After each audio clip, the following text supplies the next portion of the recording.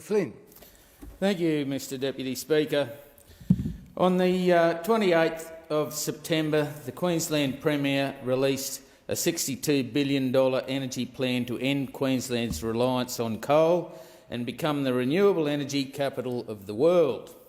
However, the Queensland Labor government's lack of planning and forward thinking has seen new infrastructure in the region come to a complete standstill, Mr Deputy Speaker. I have previously used my time as the federal member for Flynn to speak about the serious logistical issues that are preventing the use of the Port of Gladstone.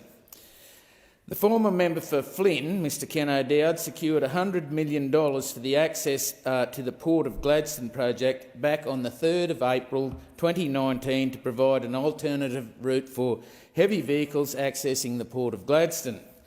This has not progressed, Mr Deputy Speaker. The access of Port of Gladstone's project is stagnant and planning strategies since 2020. There are 4 bridges in the Gladstone area that have oversized load and weight restrictions on them. These bridges need to be repaired and present huge logistical problems for the Queensland Labor government's proposed multi-billion-dollar alternative and renewable energy projects in central Queensland. A few weeks ago, we saw a 250-tonne energy generator on its way to the Callide Power Station stranded at the Port of Gladstone due to bridges in the region having these oversized load and weight restrictions placed upon them. This generator has now had to be loaded on a barge and taken further up the port to Fisherman's Landing, and this is a waste of time and resources, as it's even more disappointing that it could have been prevented. Mr Deputy Speaker, the Queensland Minister for Transport and Main Roads, Mr Mark Bailey, is asleep at the wheel. He is missing in action with still no updates as how this infrastructure in the region is going to be improved to accommodate the Queensland government's energy plan. On top of this, there has been no critical questions answered about the Queensland Labor government's energy plan. As of the 1st of November 2022, there are a total of 14 councils and 2 part councils drought declared. These declarations represent 41.9% of the land area of Queensland. There are also 27 individual drought-declared properties and a further 8 local government areas. The Queensland Labor government's plan to build the largest pumped hydro scheme in the world on the world's driest habitable continent makes no logical sense.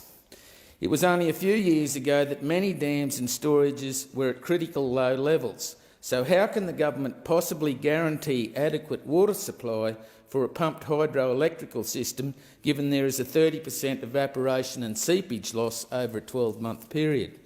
Furthermore, the Gladstone Area Water Board has issued a critical water supply alert to industry at Gladstone around 18 months ago, which is still in place. There's been no substantial flows into Lake Awunga, which is currently at 65% capacity.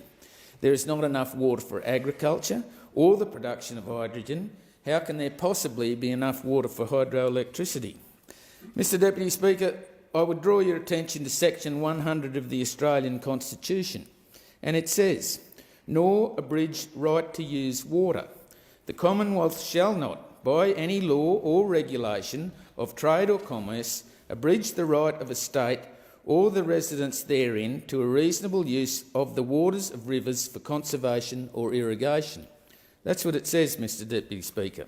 In simple terms, this gives the states, and in my argument, the Queensland Labor government, the power to approve or disapprove any water infrastructure proposed by the federal government.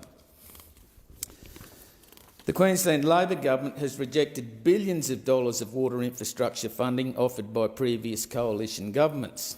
Furthermore, the current federal Labor government has withdrawn billions of dollars of water infrastructure funding in its October budget, including by not proceeding with Hells Gate Dam project and many other water infrastructure projects throughout Queensland.